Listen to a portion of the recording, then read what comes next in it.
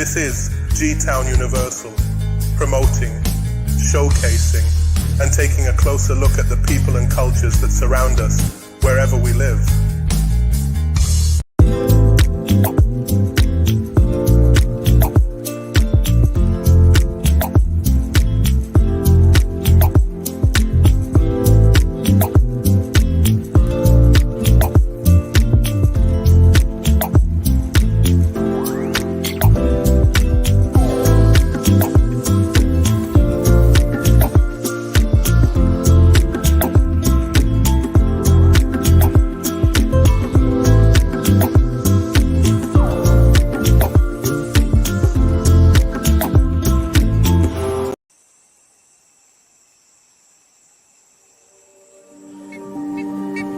Guyana is divided into 4 natural regions: the low coastal plain, the hilly sand and clay region, the highland region,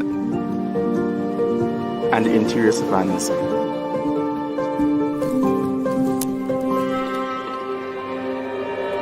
Each one of these natural regions has their own uniqueness, their own beauty, and something compelling and satisfying that kind of just hones you in. Guyana's landscape is so vast and diverse, you would need to spend at least a few weeks to even get a glimpse of what this beautiful country has to offer. From the mangrove forest and its rich ecosystems and migratory birds and scarlet ibises in the north, to the Pacaraima Mountains, Panuku Mountains, and all of the wondrous rivers and waterfalls in the south. Not forgetting in between, you have the massive Mount Roraima and all the other tabletop tepuis. And as you move around Guyana, wherever you go, there's always something surprising. There's always another surprise that awaits you. It's a moment that you would want to repeat and repeat and just want to all over again.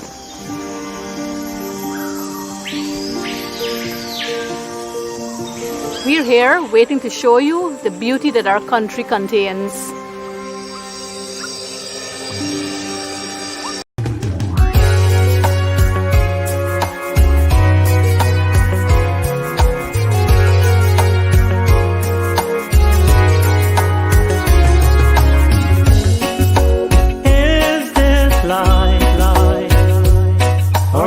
Love that I feel. How can my heart not express all it needs? A life so young and free, extending love to all society. Not without my daughter will I face this cruel world. Not without my daughter will I sit and not be her, feeling the way I do, crying for me and you.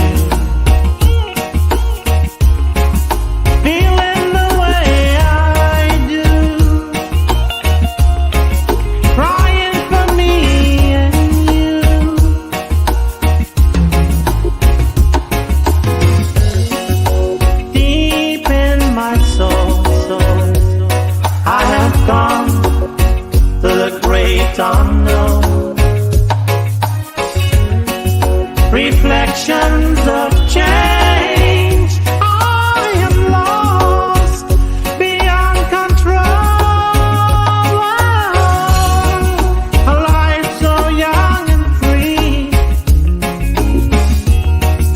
extending up to full capacity.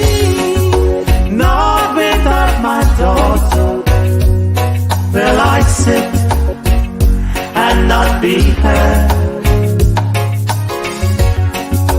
Not without my daughter will I face this cruel world. feeling the way I do, crying for me and you, feeling the way I do, crying for me and you, feeling the way I do, crying for me and you.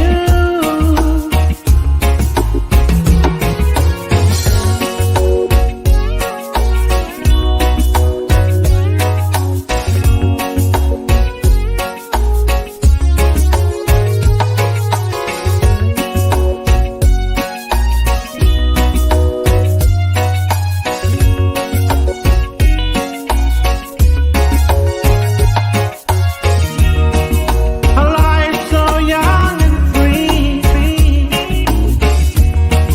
extending up to full capacity.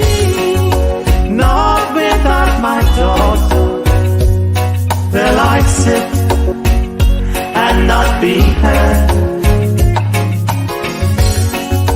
Not without my daughter will I face this cruel world, feeling the way I do, crying for me and you, feeling the way I do, crying for me and you, feeling the This is G-Town Universal, promoting, showcasing, and taking a closer look at the people and cultures that surround us wherever we live. Good evening, one and all. My name is Son Dianansi, and I would like to welcome you all back to the Georgetown Tea House. We haven't been here in a while, but we've been here, there, doing a few things. But we're back, and we want to have some in-depth conversations and what it means to be Guyanese, what it means to be a West Indian, what is our purpose on this earth, where are we going, are we going in the right direction?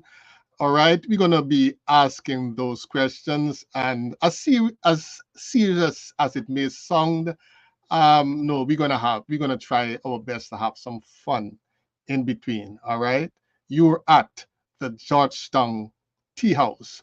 Now, our subject this evening, we want to ask the question: what constitutes a life well lived?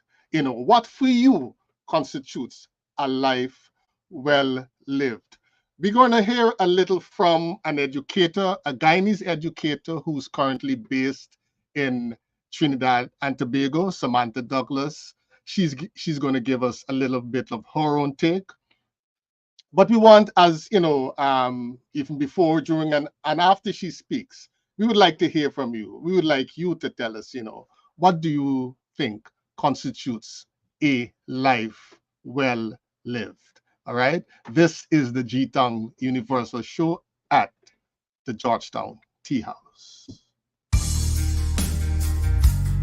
This is G-Town Universal, promoting, showcasing, and taking a closer look at the people and cultures that surround us wherever we live. Now, statistics show that most Guyanese live outside of Guyana, and you speak to the average Guyanese as to why they would have come to, be it New York, California, Toronto, London, and they would say, for a better life, better opportunities, better pay. Some will smile and say, well, no blackouts, etc. The question is now, have we been able to achieve that dream of a life well lived while being in the US or the UK or Canada? All right. So keep thinking about the question and feel free to drop us a note in the chat. All right. We're going to begin our conversation now with Samanta. All right. And I asked Samanta the opening question. What, in your view, constitutes a life well lived? In my view, what constitutes a life well lived, in my response to this question, is very complex, because for you to be able to determine, or for you to determine what a life well lived is, you have to look at it from a holistic point of view. But for me, a life well lived means how someone, or how me as an individual, for instance, how am I experiencing, how am I overcoming, how am I celebrating, how am I overcoming my challenges, how am I experiencing my daily life, how am I celebrating my victories, and how am I embracing people, individuals, and situations that I experience every day. And what can I share with someone that they may be able to add to their life, to add value as well. It does not necessarily mean that you would have done it all, but you would have done enough to make an impact. I like the ending of that. What can we share with others to maybe add value to their own lives? This is the G-Town Tea House. This is G-Town Universal, promoting, showcasing, and taking a closer look at the people and cultures that surround us wherever we live. If you had that chance, that chance to pause and look back, identify a one particular moment, whether it's in your professional or personal life, where you look back at that moment and you say, okay, because of such a moment, I would have had a life well lived. And that question would be for you too, viewers. Just sit back wherever you are. Sit back, chill. Allow your mind to go back, whether it's yesterday, 2 weeks ago. And, pick and choose between the different experiences you would have had in your life, and try to identify that one moment, that one day, weekend, month, year, whatever that might be, right? Identify that time where you can look back now and you can comfortably say to yourself, hey, you know what? I've had a life well lived. And when you identify that moment, please do feel free to drop it in the chat. Let's head back to Samanta. If you had that chance, that chance to pause and look back, identify a one particular moment, whether it's in your professional or personal life, where you look back at that moment and you say, okay, because of such a moment, I would have had a life well lived. Whew. Now that's a tough one.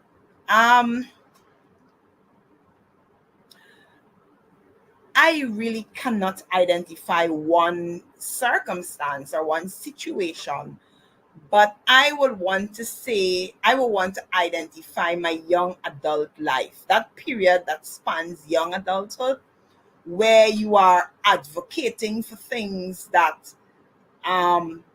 you feel so passionately about. You are involved at every level of your community, your country, your society.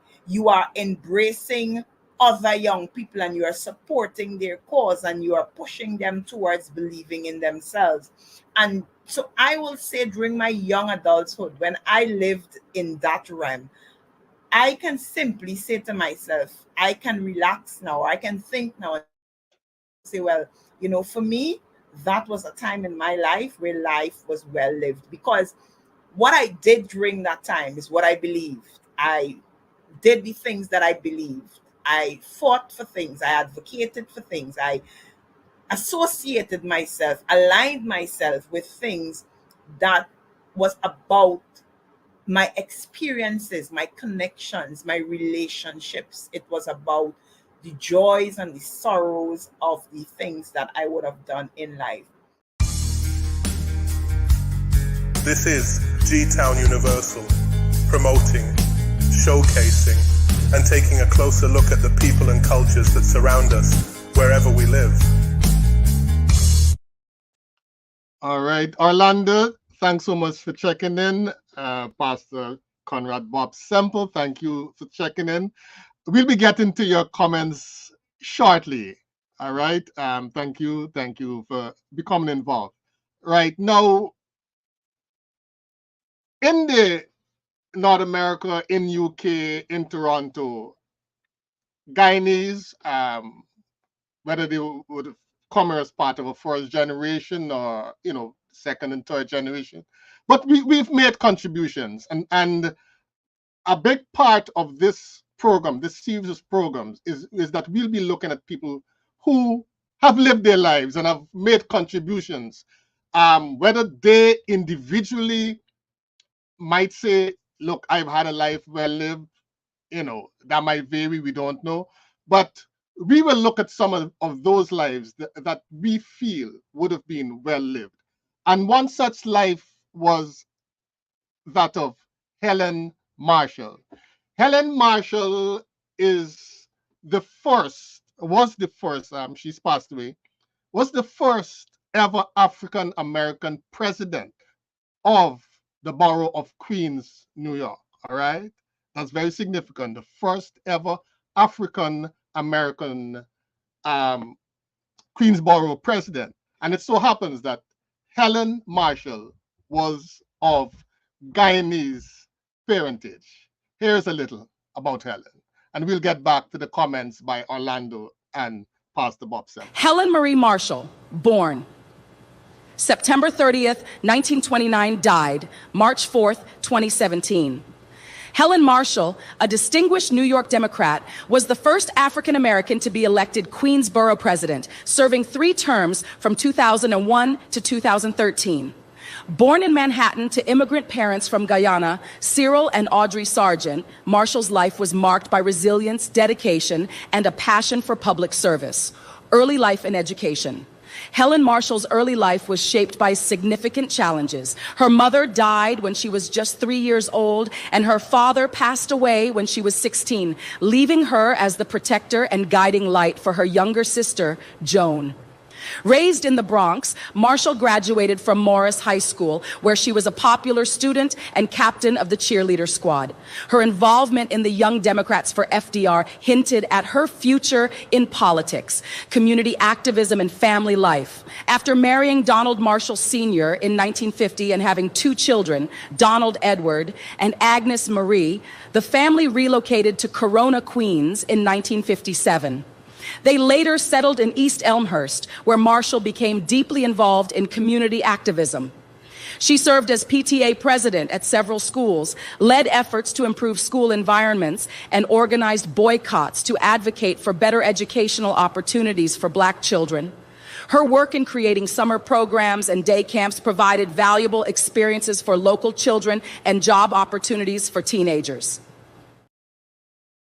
All right, that's a little on the late Helen Marie Marshall, the very first African-American Queensborough president, and she was born of Guyanese parents, all right? And we can say that given her stellar service, that she had a life well lived.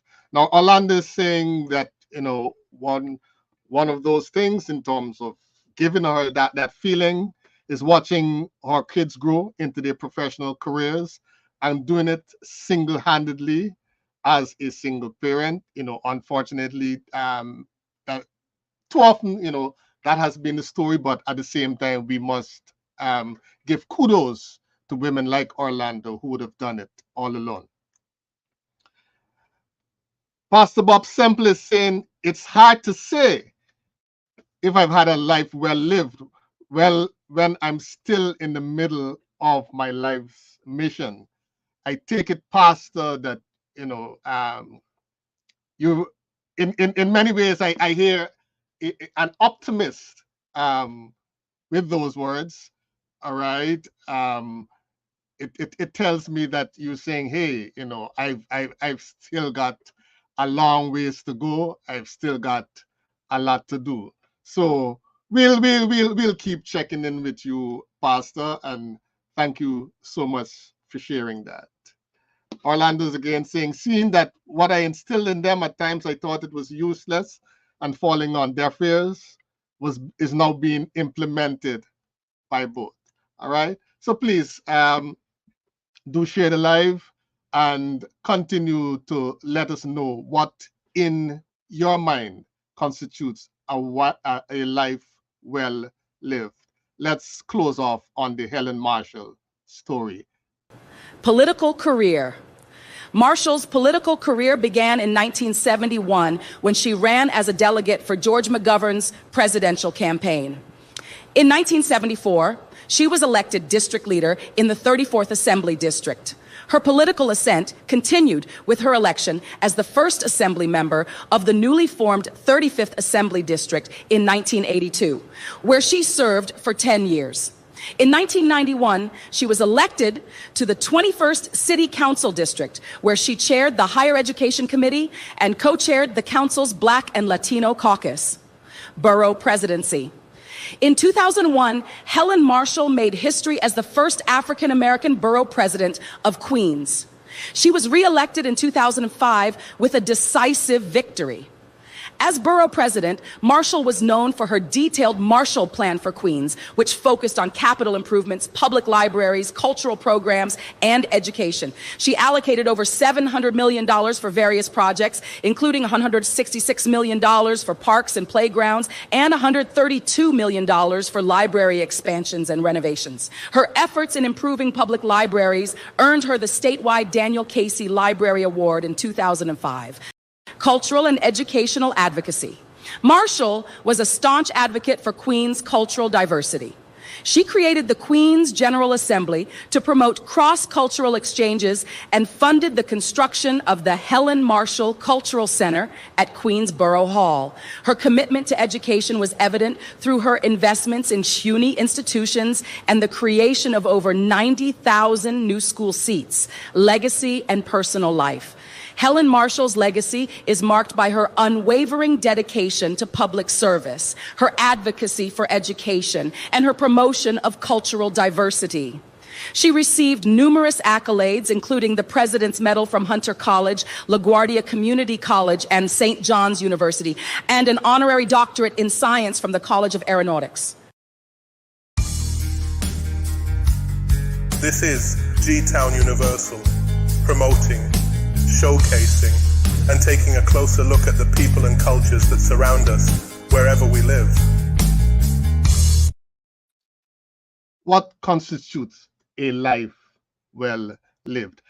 I asked my guest Samanta to go back and find one moment that, she looked back and maybe smile at and say, hey, that was a special moment. That is something that will remain with me, be with me, stay with me. Here is Samanta. During that early adulthood period of my life, one particular experience that I can recall that I can hold as a part of me living would be back in 1996. Back in 1996, I volunteered with Youth Challenge Guyana, and I spent 12 exhilarating weeks in the interior of Guyana, region number 1, Marijuana, a place that holds a very special place in my heart to this day.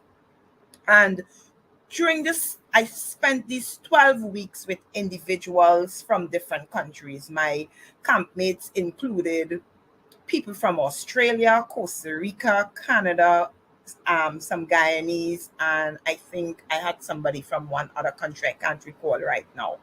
But it was 12 exhilarating weeks. I learned a lot about myself. I had an opportunity to volunteer.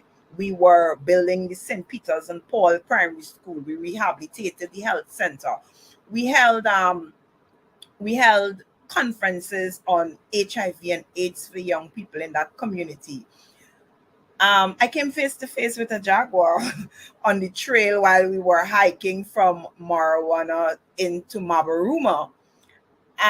But all in all, that time in my life, I saw one of my campmates flipped overboard and ripped his forehead, and he has a scar that every time I see him, we have a laugh about how that happened. But that time in my life, I felt as if I would have contributed to something that was worth the while. And looking back now in my late adulthood, I will hold that time in my life as having lived and living a great experience.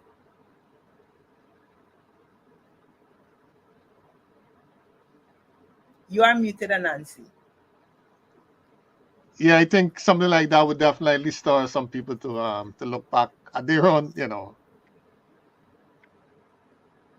part of that life, and maybe you weren't questioning things as much as you were questioning things now when you because in didn't that have whole as many responsibilities as you had now. Right? Yes, in that whole so experience, I did some crazy things because we went down a river one day trying to get people to come to the seminar. And then the next day we walked for 4 hours to get to our next place, to invite people to come to the seminar, and realize that the trip that we did by river yesterday and the walk that we did today took us back to the same place. But we didn't mind. We just didn't mind. It was all chalked up to experience and fun and ready to go the next day. Yes.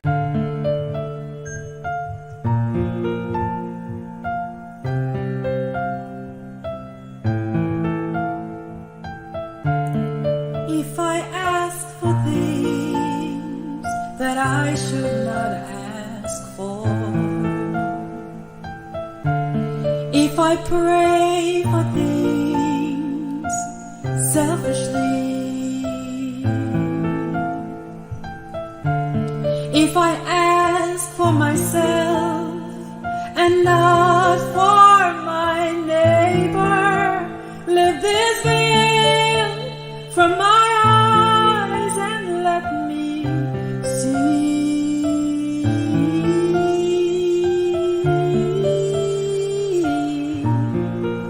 Not my will, but thine be done. Pray, Jesus, may this same prayer be mine every day. Oh Lord, I pray, when this robe of flesh that I wear makes me full time,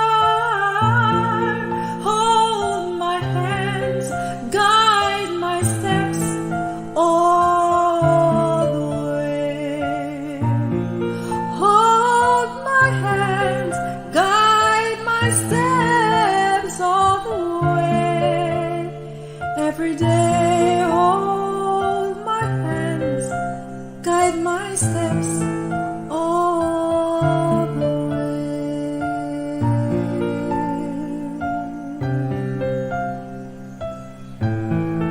All the way.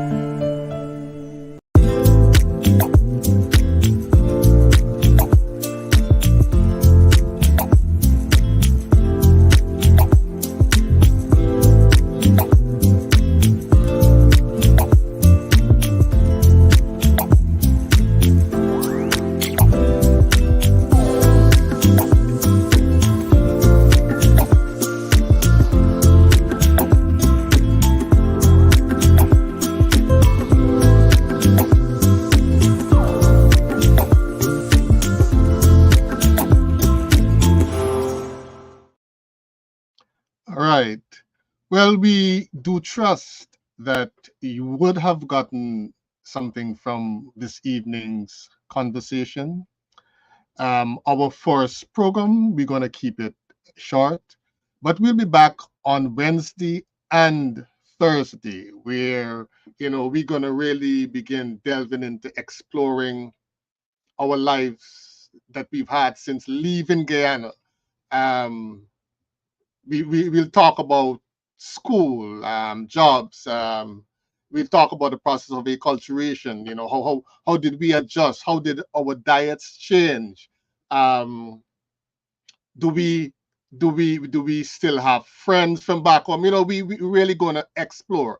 And we said GT Universal because Guyanese, like have gone from Guyanese are throughout South America. You can find us throughout South America, throughout the Caribbean, throughout Europe, Africa, and so we also want to talk about the cultures that surround us. All right. So starting from Wednesday, you're gonna hear more from some of the other people that we live with, and this theme of asking ourselves about a life well lived, that is going to continue to be an underlying theme, because this program was in part inspired by one such individual, all right, very close to me. So we're going to keep talking about people who have done good for others, people who have gone that extra mile to help another human being. All right. Thank you so much for checking in. Thank you so much for listening. Please do share. And for those who will be watching after, thank you for joining us. And please remember to like, share, and comment. All right. This has been the return of the Georgetown Tea House, the G-Tongue Universal Special. Thank you for stopping by.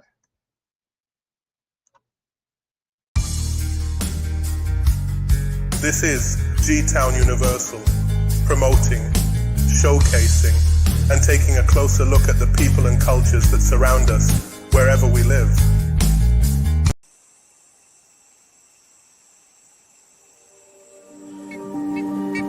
Guyana is divided into 4 natural regions: the low coastal plain, the hilly sand and clay region, the highland region, and the interior savannas.